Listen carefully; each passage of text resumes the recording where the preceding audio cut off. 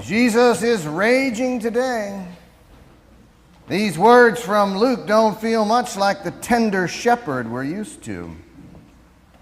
Sounds more like the angry prophet from the Hebrew Bible telling us about the destruction of our vineyard havens, overgrown with briars and thorns. Jesus tells about the radical division that takes place within households because of his word. Then he mocks his listeners, calling them hypocrites for their acute grasp of the obvious. Looks like rain. Yep, gonna be a hot one. Meanwhile, they and we blithely ignore and neglect to acknowledge what is as plain as the nose on our face. We're not listening. We're not trying very hard sometimes to do God's will. We could go a long way further down the paths of righteousness, and there will be no justice until we do. If you have ever had the delightful pleasure of visiting the western islands of Scotland, you will be amazed at the sky. Every minute, the tall banks of clouds scud by, mixing with silvery sunshine as they pass. No 2 half hours have the same sky in the Hebrides, but it's almost always somehow beautiful. Nevertheless, you do have to be prepared to reassess your travel plans and your clothing choices at a moment's notice. And this is like the moral world Jesus is describing. There is selfishness and greed and violence around. Things change all the time, and we all have to work to stay aware of and engaged in lives of righteousness.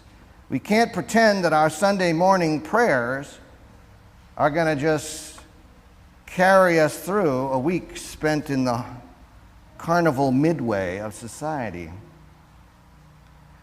As he makes his way toward Calvary, Jesus utters harsh words to the crowd of thousands he encounters.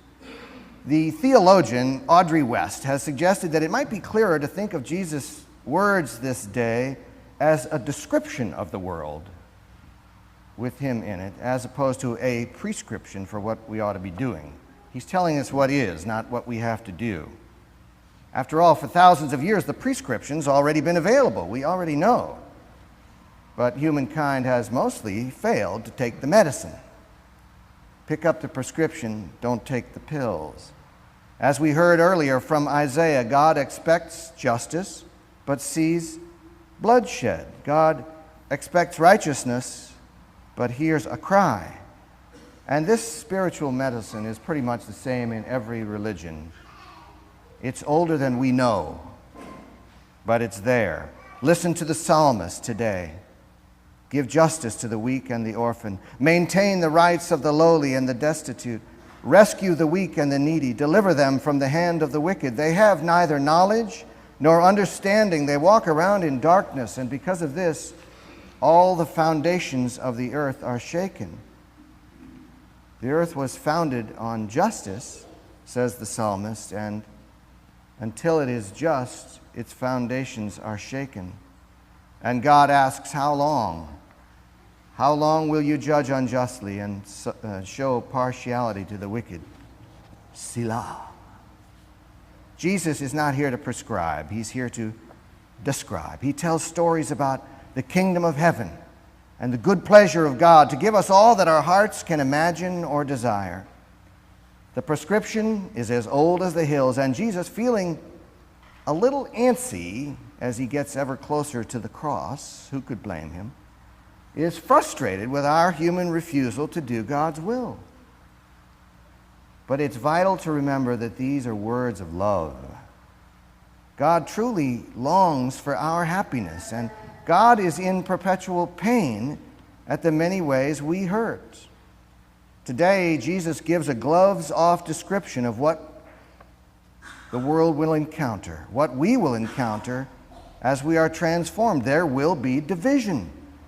Based on human history, our very households will contain conflict and strife. for our hopes and our efforts to act justly, to love mercy, and to walk humbly, they're not always inherited from our parents. We're not always modeled by the people we call heroes. These things are not always readily available for imitation, and so we must come up with them ourselves. The other day, I needed a belt. Not in the whiskey sense, but in the hold-up-the-pants department. Now, my strapping son, whom you all know, when he started getting big, I pulled down a few belts that were a little snug on me, and I gave them to him. I gave them to him. As in, here, you can have these. But the other day, when I found myself in need of a belt, I went in and took one of them back and wore it.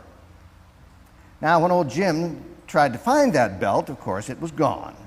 And he came to me and said, "What's with the belt?" Did I mention before that I had given him the belt? Yeah. All right. I responded, "Well, it was mine to begin with. Sorry."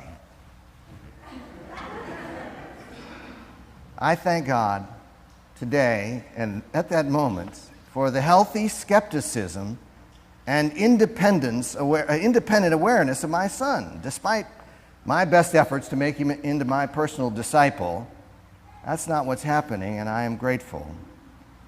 And so he responded, "Oh, okay, Dad, sure, whatever you say," and did something else.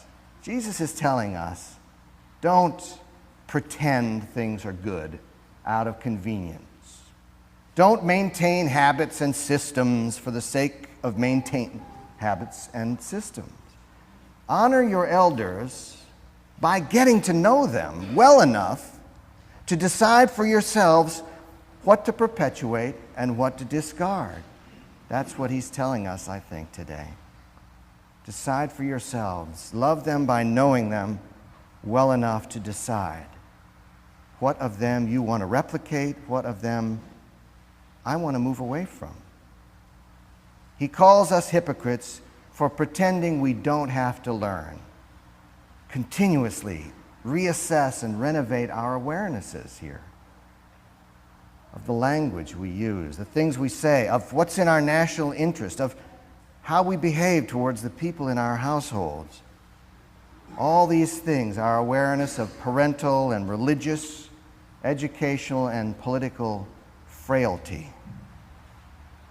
Because the one thing Jesus can't stand is complacency. The spirit of growth is the only vital ingredient of a godly life. Nigerian novelist Chimamanda Adichie talks about learning to write as a child. She learned early, and she was an avid writer from an early age. I see Helen over there, an avid writer.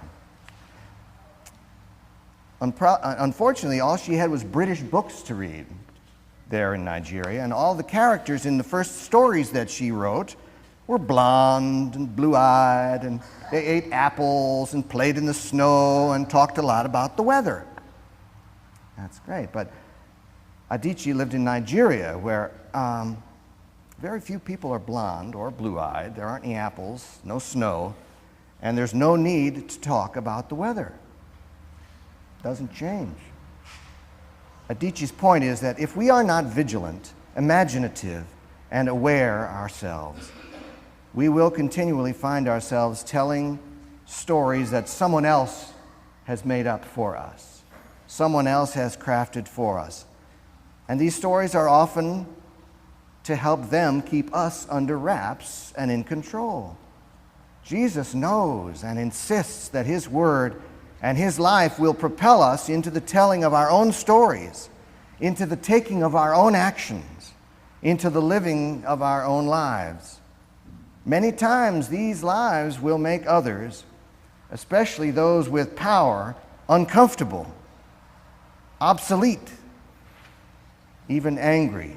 But we, like Adichie, must persist. Or as the letter of Hebrews so beautifully declares, let us run with perseverance the race that is set before us, and look to Jesus, the pioneer and perfecter of our faith. Amen.